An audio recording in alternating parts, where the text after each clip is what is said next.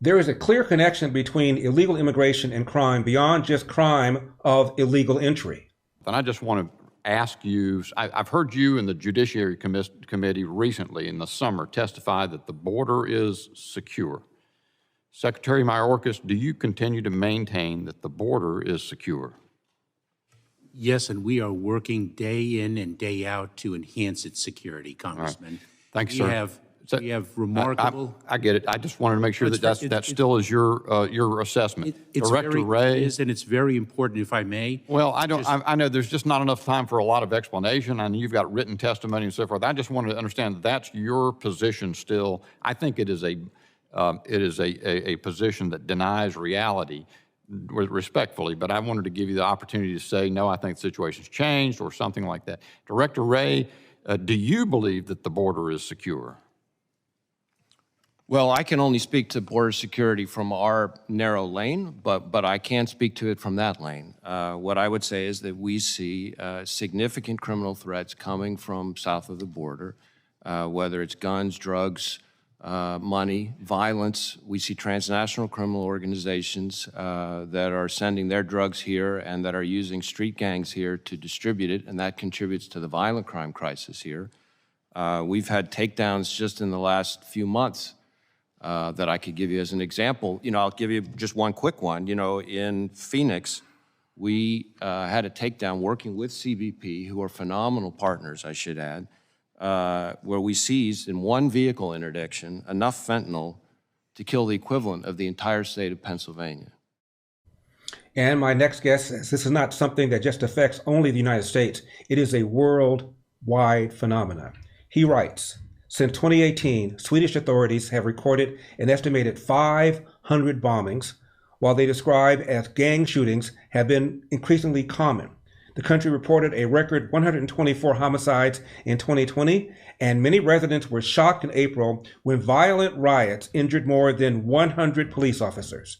He notes homicides have risen during the last decade across the European Union, from Hungary to Germany to Denmark to Finland. And an analysis of EU and the United States crime data by Real Clear Investigation shows that, as in Sweden, the border crime wave is strongly correlated with immigration. John Lott is the president of the Crime Prevention Research Center, crimeresearch.org. John, thank you very much for taking the time. John, we don't have real good numbers on the connection between illegal immigration in this country and crime, do we? You're exactly right. We don't. Europe has much better data on the number of immigrants, the number of illegal immigrants that are in different countries. We have some number for the United States as a whole, but it's not broken down by state. In the European Union, though, each individual country there is kind of the equivalent of a state, and they have good data. The other thing is many of the prison systems, country prison systems in Europe, can tell you how many prisoners are there are immigrants or illegal or what country they're from. So you can see, for example, in countries like Norway and Finland and Sweden and Denmark, that the immigrant share of the prison population is between 2 to 4 times their share of the general population that's there. The only state that goes and collects that type of data is Texas. Arizona used to have some data on that, but basically there's strong, political forces that keep the United States from collecting the type of data that you see being collected in Europe. I was going to ask you, we don't want to know, do we? It certainly looks that way, and it's true across virtually all the states. John, in preparing for this interview, I went online and I saw a whole bunch of articles saying there's no connection between a crime beyond the crime of illegal entry and illegal immigration. No connection, no connection. It's a right-wing talking point. I look at your data, particularly what's going on in Europe, places like Sweden. It is jaw-dropping, John. Right.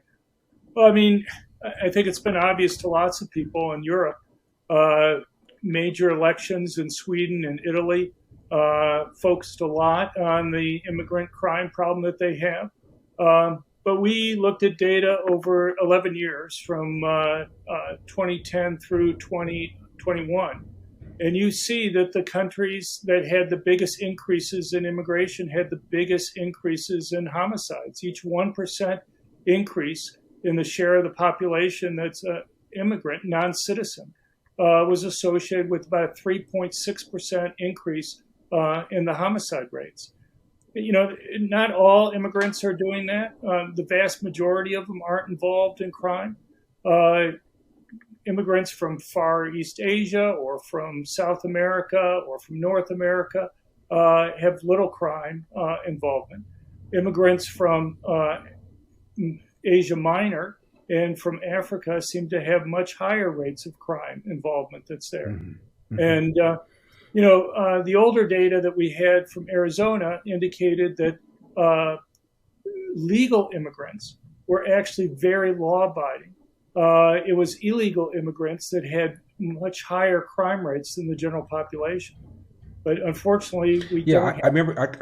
I kept reading, John, that immigrants have often a lower crime rate than Americans born here, but they mush together legal immigration and illegal immigration. Right. No, that's exactly right, and that's the problem with using that data. I think when you disaggregate it to the extent that that data used to be available, what you found is that most people are legal immigrants in the country, and though they commit crime at a lower rate than illegal immigrants do, but by mashing them together, you're exactly right. You make the total kind of hide the problem from illegal immigrants. And finally, John, why is it that Sweden appears to be harder hit than some of the other countries that we've discussed? Well, I'm not sure they're the hardest hit. Germany, between 2019 and 2020, had a 25% increase in homicides. Over that period of time, Sweden, I think, was like 11%. You know, I think it's a problem that's occurred across many different countries. Sweden is kind of gets the publicity right now because they just had an election. A party that had been very small ended up becoming the second largest party in Swedish politics because they focused very heavily on these types of issues. And I think that's the reason why it got more focus. Italy also got some focus this year because a party that was pretty much non-existent a little while ago ended up becoming a major party in the leaders of parliament. We're going to have to leave it there. John Lott, crimeresearch.org, crimeresearch.org. John, as always, thank you very much for taking the time. God bless. Thank you very much.